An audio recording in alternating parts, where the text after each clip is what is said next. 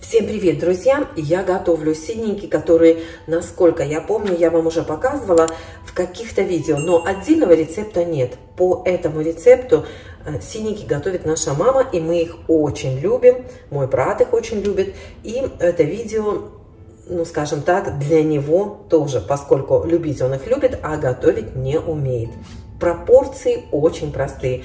На один баклажан мы всегда брали один болгарский перец, одну среднюю луковицу и одну среднюю морковку. Я взяла морковки чуть больше, потому что они у меня вот такие маленькие. Вот, но так берите вот одну такую приличную морковку.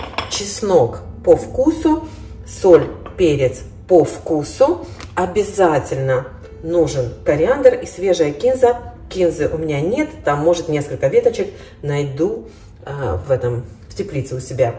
И еще на каждый баклажан нужно примерно 1 стакан 250 миллилитров протертых помидоров. Я беру пассату, здесь у меня пол-литра, поскольку у меня 2 баклажана.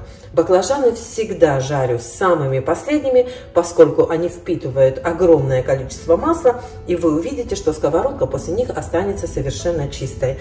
Самое первое, что нужно сделать, это нарезать лук. Я режу лук на несколько частей, вот так. Мне нож неудобный, слишком большой нож взяла. И режу тонкими полосочками. Но это не принципиально. Можете нарезать кубиками или полукольцами, или вообще как вам удобно. Но без лука никак. Жарить все буду на растительном масле, на подсолнечном. Вот, ну можно на любом масле жарить, на оливковом. Самое вкусное, конечно, это на подсолнечном. Так, сковородку можно нагревать уже. Кстати, овощи тоже можете резать по желанию. Либо кубиками, либо этими полосочками. Как вам больше нравится. Нужно нож поточить, и будет хорошо. Сковородку жарить. Болгарский перец порежу кубиками. Ну, как я уже сказала, можно порезать тонкими полосками. Как вам больше нравится.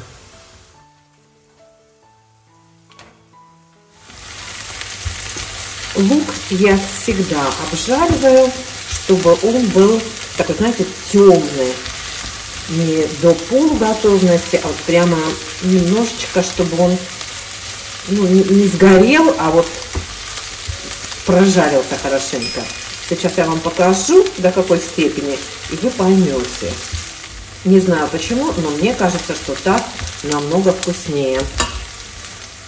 Обратите внимание, что лук уже вот как будто бы начинает немножко пригорать. Когда он весь станет вот таким вот коричневатым, тогда он уже готов. Ну, или почти весь. Вот видите? Поверьте мне на слово, что если вы прожарите лук посильнее, то баклажаны будут намного вкуснее, чем если вы оставите его вот таким вот золотистым. Сейчас нужно внимательно следить, чтобы лук не пригорел. Вот так.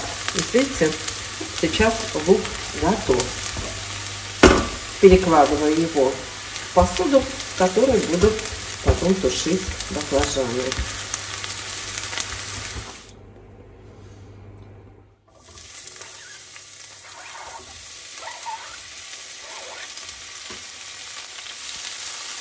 Морковку в идеале нужно нарезать тонкой соломкой, но чисто предпочтение нашей семьи. Мы любим морковку натертую, поэтому морковку я натираю на крупной терке. Если вы нарезали морковку с соломкой, то слегка обжарьте на растительном масле. Натертую морковку я не обжариваю. Поверьте, получается вкусно и без этого. Но никто не сказал, что нельзя ее обжарить. Если хотите, можете обжарить. Я просто перекладываю ее в кастрюлю.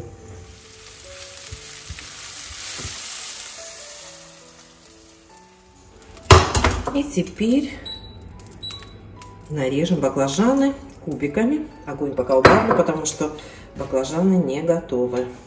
Ну и, как я уже сказала, баклажаны самые последние, поскольку они впитают все масло со сковородки. Вот тоже режу их кубиками. У нас баклажаны гибридные, они не горькие, поэтому я их не обсыпаю ни солью, не замачиваю в соленой воде. Но если у вас горькие баклажаны, не забудьте посыпать их солью на полчасика и потом хорошо промыть, отжать лишнюю воду. Мы это не делаем, потому что не горькие баклажанчики. Вот, кстати, когда я дома готовила баклажаны, я совершенно упустила этот момент из виду и не замачивала их в соленой воде, и соли не посыпала. И получилось отлично, насколько я могу сейчас вспомнить. Никто не пожаловался, что баклажаны горькие или еще что-то. Было вкусно. Так, все, жарим.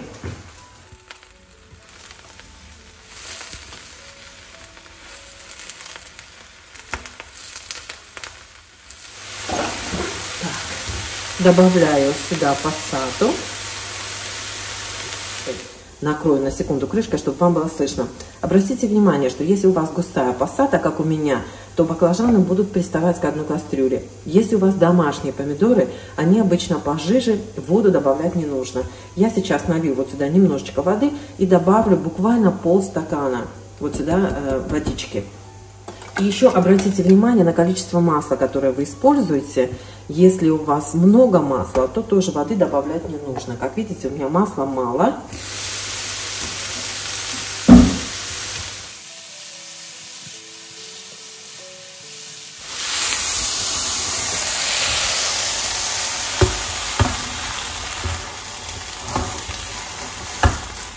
Ну вот смотрите, масла практически нет. Это жидкость, которую дали сами баклажаны. Огонь я убавила. Все перемешаю. Так, чеснок добавляю сразу.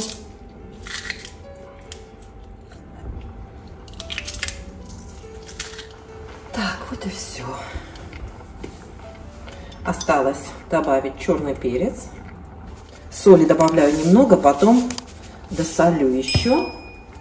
Чуть-чуть острого перца, тоже по вкусу. И кориандр молотый, ну, его много. Я добавляю 2-3 чайные ложки.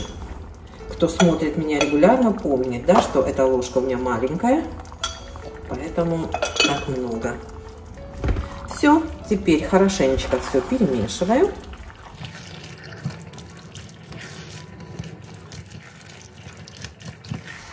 Слышите, что уже пристает немножко ко дну. Если прям будет сильно приставать, друзья, добавьте чуть-чуть еще водички. Вот буквально пару столовых ложек, пока баклажаны не дадут сок. Потом все будет хорошо.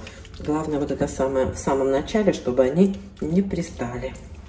Добавлю еще лаврушечку. Так, огонь убавила на самый низкий, чтобы слегка кипело. У меня это 3 из 9. И буду тушить баклажаны примерно полчаса, потом добавлю зелень. А кинза только-только появляется. Вот буквально несколько веточек сорвала. Ну, лучше, чем ничего. Сейчас помою, порежу. Не забывайте помешивать баклажаны, чтобы они у вас не пригорели. Все дела. Ну вот, друзья, прошло полчаса. Теперь добавляю зелень. И потушу еще минут 10, уже вместе с зеленью. Обязательно на соль сейчас надо проверить. И на специи, на перец, на острый перец.